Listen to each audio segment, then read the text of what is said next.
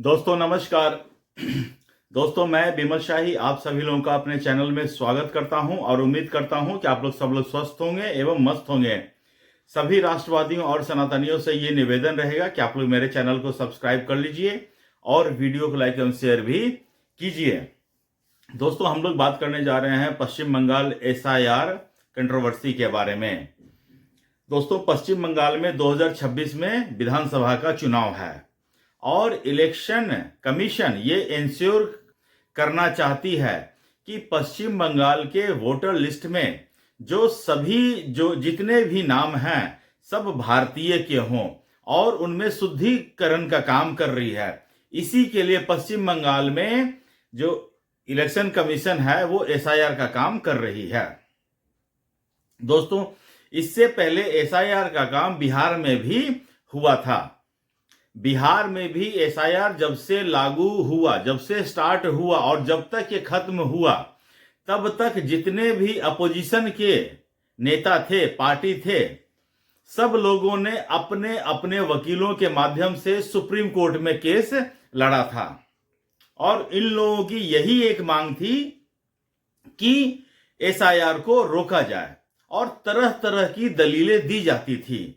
Documents नहीं है, गरीब हैं, अनपढ़ हैं, बाढ़ आ गया है, डॉक्यूमेंट बह गया है, इन नंबर ऑफ रीजंस इन लोगों ने सुप्रीम कोर्ट के सामने रखे थे। लेकिन सुप्रीम कोर्ट भी टस से मस हुआ नहीं। उन्होंने साफ कह दिया कि SIR का काम करना चुनाव आयोग का काम है और उसकी जिम्मेदारी है और हम इस पे रोक कभी भी लगा ही नहीं सकते हैं। अंत में जितने भी वकील थे वो इस बात पर मांग करने लगे कि जितने भी डॉक्यूमेंट की लिस्ट चुनाव आयोग ने मांगा है उसमें से एक आधार कार्ड को जोड़ दिया जाए।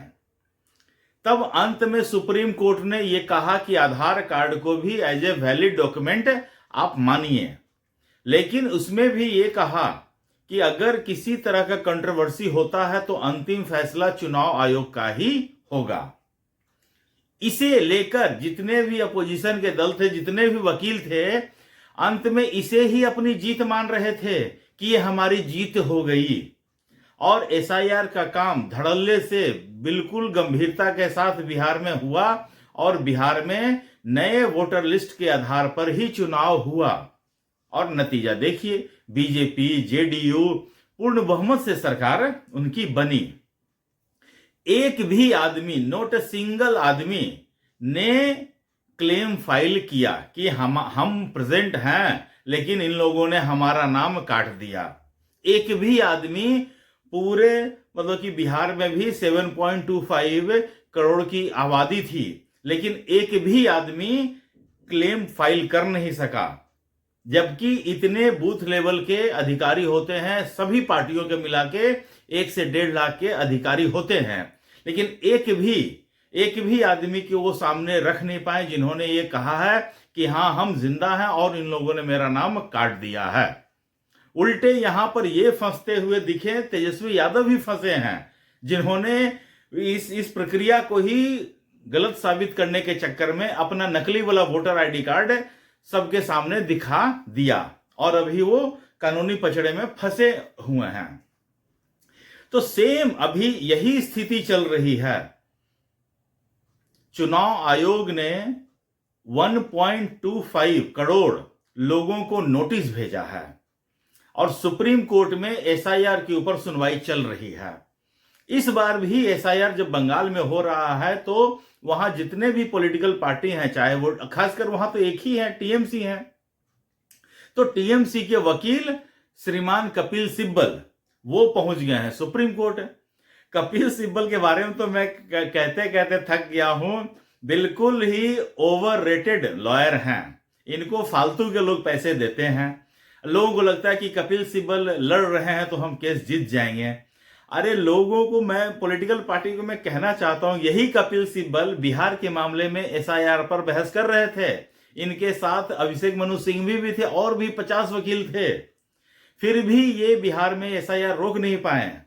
अब दूसरे जो TMC को लगता है कि कपिल सिब्बल उनके तरफ से केस लड़ेंगे तो वो जीत जाएंगे, अरे कपिल सिब्बल तुम्हारा 20-25 लाख रुपया लेके बैठ जाएगा और कुछ नहीं करेगा कपिल सिब्बल। तो कपिल सिब्बल टीएमसी का पक्ष सुप्रीम कोर्ट में रख रहे थे और उन्होंने कहा, उनका तो यही है फिर वही सारा कि इतने लोगों को भेज दिया है नोटिस, लोगों को परेशानी हो रहा है, इतने दूर दूर से लोग आ रहे हैं अपना डॉक्यूमेंट जमा करने। मतलब कि कपिल सिब्बल का बस चले तो एसआईआर को आज के ही दिन वो रुकवा दें। कपिल सिब्बल मतलब कि वो तो अपनी पार्टी की भाषा बोल रहे हैं, जिनके वो क्लाइंट है अपनी पार्टी, अपने क्लाइंट की भाषा बोल रहे हैं। तो टीएमसी का कहना है कि आज के ही आज जो एसआईआर का काम है रुक जाए। लेकिन जो 1.25 करोड़ को लोगों को नोटिस जो भेजा गया है, उन्हें नोटिस भेजा गया है, उनके जो डेटा है उसमें लॉजिकल डिस्क्रिपेंसीज था, इस वजह से उन्हें नोटिस भेजा गया है। तो सुप्रीम कोर्ट ने पूछा कि भैया ये लॉजिकल डिस्क्रिपेंसी क्या होता है। तो चुनाव आयोग ने उन्हें बताया कि जैसे कि किसी के पिता के नाम में डिफरेंस है, कोई दत्ता थे अब बन गए हैं गांगुली, तो कोई भट्टाचार्य थे अब बन गए हैं मुखोपाध्याय। तो इस तरह के अगर पिता के नाम में डिफरेंस है, पिता के नाम के स्पेलिंग में मिसमैच है, तो इस तरह के लोगों को नोटिस भेजा गया है, क्या वैलिड प्रूफ के साथ आ जाइए, आपका नाम हम जोड़ देंगे। इसके साथ ही कई ऐसे लोगों को ये पाया गया है कि पिता और पुत्र की आयु में डिफरेंस मात्र 15 साल का है, तो ऐसे लोगों को भी नोटिस इशू किया गया है। तो इस पर सुप्रीम कोर्ट के वकील जो जज हैं श्रीमान सूर्यकांत, उन्होंने पूछा कि क्या लोगों में बाल विवाह नहीं होता है क्या। तो ठीक है, ऐसे लोग कितने हैं, 1 हैं, 2 हैं, 10 हैं, 20 हैं, 50 हैं, तो वो लोग आखिर साबित तो कर दें कि हाँ वो दोनों पिता पुत्र हैं। वैसे फर्जी लोग तो डेटा बना के घूम रहे हैं। तो यही सब चीजों को देखते हुए कपिल सिब्बल जो है चुनाव आयोग के खिलाफ सुप्रीम कोर्ट में मुकदमा लड़ रहे हैं। हालांकि सुप्रीम कोर्ट ने भी चुनाव आयोग को काफी निर्देश दिए हैं।